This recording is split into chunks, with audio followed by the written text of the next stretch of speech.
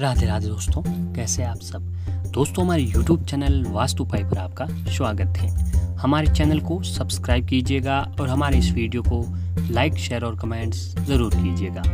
दोस्तों, जन्माष्टमी यानी कन्हैया जी का जन्मदिन भाद्रपद माह के कृष्ण पक्ष की अष्टमी तिथि को मनाया जाता है। इस दिन भक्त मध्य रात्रि में भगवान श्री कृष्ण जी का श्रृंगार करके भोग लगाकर उनकी पूजा अर्चना करते हैं। इसी के साथ कान्हा के जन्म की कथा भी सुनते हैं। मान्यता है कि कन्हैया जन्म की ये अद्भुत कथा सुनने मात्र से ही सभी पापों का नाश हो जाता है। साथ ही मुरली मनोहर की कृपा से जीवन में सुख, शांति और धन ऐश्वर्य का वास होता है। तो आइए जानते हैं दोस्तों, क्या है जन्माष्टमी की व्रत कथा। इससे पहले दोस्तों, आप इस वीडियो को लाइक जरूर कीजिएगा और शेयर जरूर कीजिएगा और कमेंट्स बॉक्स में आकर दोस्तों राधे राधे लिखकर जरूर भेजिएगा।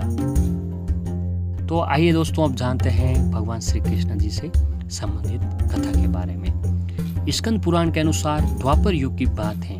तब मथुरा में उग्रसेन नाम के एक बहुत ही बड़े प्रतापी राजा हुआ करते थे, लेकिन वह स्वभाव से सीधे साधे और सरल आदमी थे। यही वजह थी कि उनके पुत्र कंस ने उसका फायदा उठा लिया और उनको जेल में डालकर खुद राज्य हड़प लिया और सब यही मथुरा का राजा बन बैठा। तो कंस की एक बहन थी जिनका नाम था देवकी। कंस उनसे बहुत ही प्रेम करता था। फिर देवकी का विवाह वासुदेव से तय हुआ।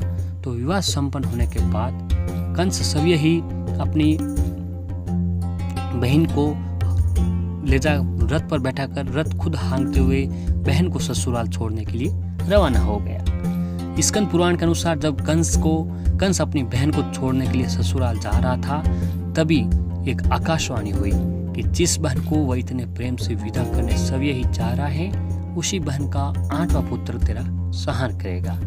ये सुनते ही कंस क्रोधित हो गया और देवकी और वासुदेव को मारने के लिए जैसे ही आगे बढ़ा, तभी वासुदेव ने कहा कि वह देवकी को कोई नुकसान न पहुंचाए। वह सब यही देवकी की 8वीं संतान कंस को खुद लाकर सौंप देगा।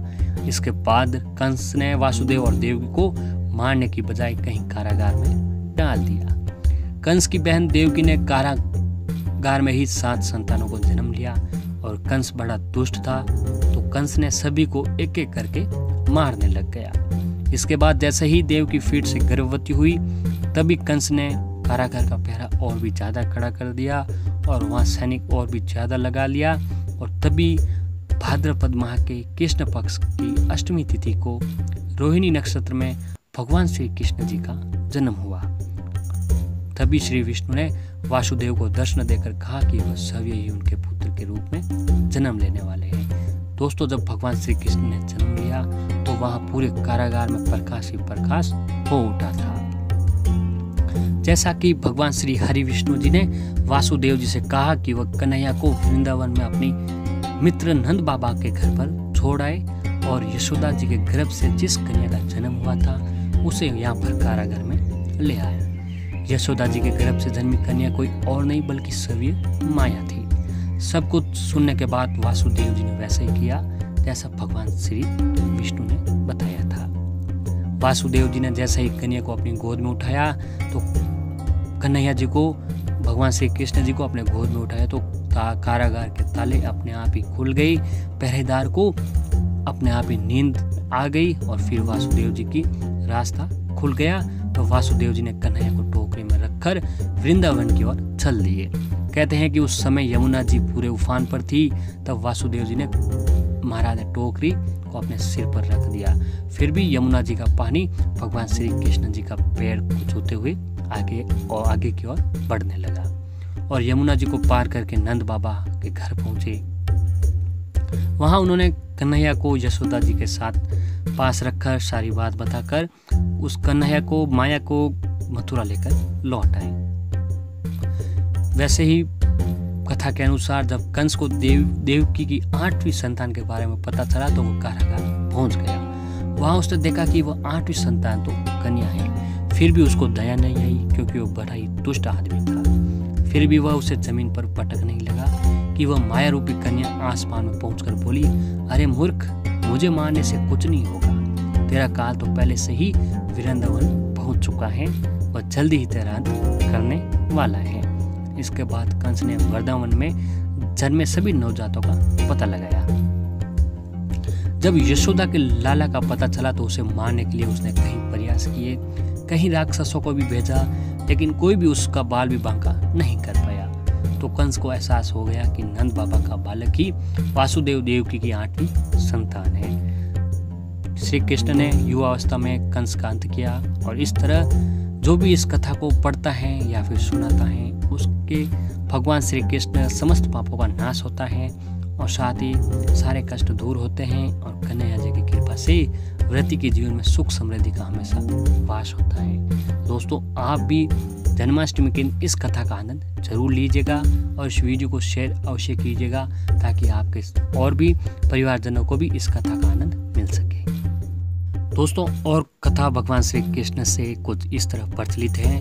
दूसरी कथा के बारे में बात करते हैं। ये बात उस समय की है जब दुष्टों को मारने और देश में धर्म की स्थापना के लिए भगवान विष्णु ने कृष्ण का अवतार लिया था। द्वापर युग की ये घटना कृष्ण भगवान के बाल जीवन से जुड़ी हुई है। जब वह नंदगांव में माँ यशोदा की देखरेख में बड़े हो रहे थे, उस समय उनके नटखट स्वभाव की चर्चा पूरे वृंदावन में हो रही थी। एक दिन की बात है कि भगवान श्री कृष्ण घर के बाहर मिट्टी के आंगन में खेल रहे थे। उसी समय उसके बड़े भाई दाऊ वहाँ आए और देखा कि कन्हैया मिट्टी खा रहे हैं। दाऊ उनकी शिकायत लेकर माँ यशोदा जी के पास पहुंचे और दाऊ ने कहा कि हे माँ यशोदा, तुम्हारा प्यारा लल्ला आंगन में बैठा मिट्टी खा रहा है।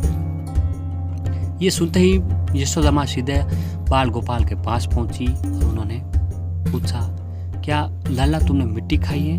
कान्हा बोले, नहीं माँ, मैंने मिट्टी नहीं खाई है। पर माँ यशोदा जी को कान्हा पर किसी बात का विश्वास नहीं हो रहा था और कान्हा मुंह और कहने लगे, कान्हा तुम्हारा मुंह खोल कर दिखाओ। पर कान्हा बड़े जिद्दी थे, वो नहीं दिखा रहे थे। लेकिन माँ यशोदा जी के बार बार कहने पर कान्हा ने अपना मुंह खोल दिया। माँ यशोदा की बात सुनकर कान्हा ने जैसे ही मुंह खोला तो माँ यशोदा चौंक सी गई। माता को कान्हा के मुंह में मिट्टी कहीं पर भी नजर नहीं आ रही थी, मिट्टी का कण भी नजर नहीं आ रहा था, बल्कि भगवान श्री कृष्ण जी के मुंह में पूरा का पूरा ब्रह्मांड माँ यशोदा जी को नजर आ रहा था। माँ यशोदा को अपनी आंखों पर विश्वास नहीं हो रहा था। अपने छोटे से कन्हैया के मुंह में उन्हें सारी सृष्टि और जगत के समस्त प्राणी नजर आ रहे थे। माँ यशोदा ने यह नजारा ज्यादा देर तक नहीं देख सकी और वहीं बेहोश पर हो पड़े। जब माँ यशोदा की आंखें खुली तो उनके मन में बाल कृष्ण के लिए प्यार जाग रहा था। उन्होंने श्री कृष्ण को गले से लगा लिया और उनकी आंखें आंसुओं से भर गई। माँ यशोदा को यकीन हो गया था कि कान्हा कोई साधारण बालक नहीं है, बल्कि वो सब यही सृष्टि के स्वामी हैं और परमात्मा के अवतार हैं। दोस्तों, एक कथा कुछ इस प्रकार भी प्रचलित है कि एक बार श्री कृष्ण अपने मित्रों के साथ यमुना नदी के किनारे गेंद से खेल रहे थे। भगवान ने जोर से गेंद फेंकी और वह यमुना में जा गिरी। भारी होने की वजह से गेंद सीधी यमुना के तल पर चली गई तो मित्रों ने भगवान कृष्ण को कोसना शुरू किया।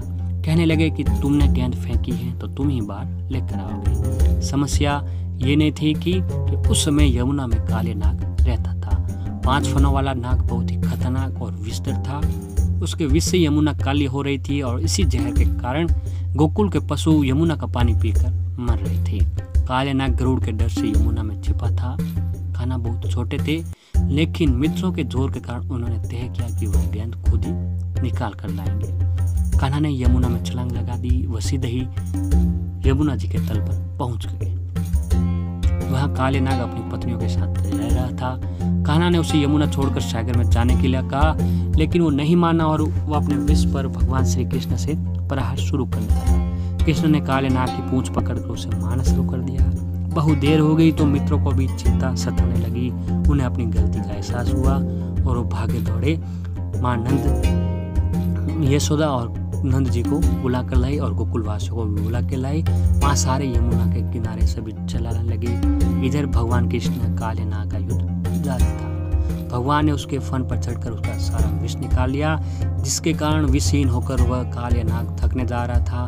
तब नाग ने भगवान से हार मानकर उनसे माफी मांगी और भगवान कृष्ण ने उसको माफ किया। श्री कृष्ण ने उसे पत्नियों सहित सागर में जाने का आदेश दे दिया। तब खुद कालीनाग भगवान को अपने फन पर सवार करके यमुना के तल से ऊपर लेकर आया और कालीनाग वहां से चला गया और यमुना जी का पानी भी विष से मुक्त मिल गई। तो दोस्तों ये थी भगवान श्री कृष्ण जी से संबंधित कथा। तो दोस्तों आप इन कथाओं का आनंद जरूर लीजिएगा और इस वीडियो को लाइक, शेयर और कमेंट जरूर कीजिएगा।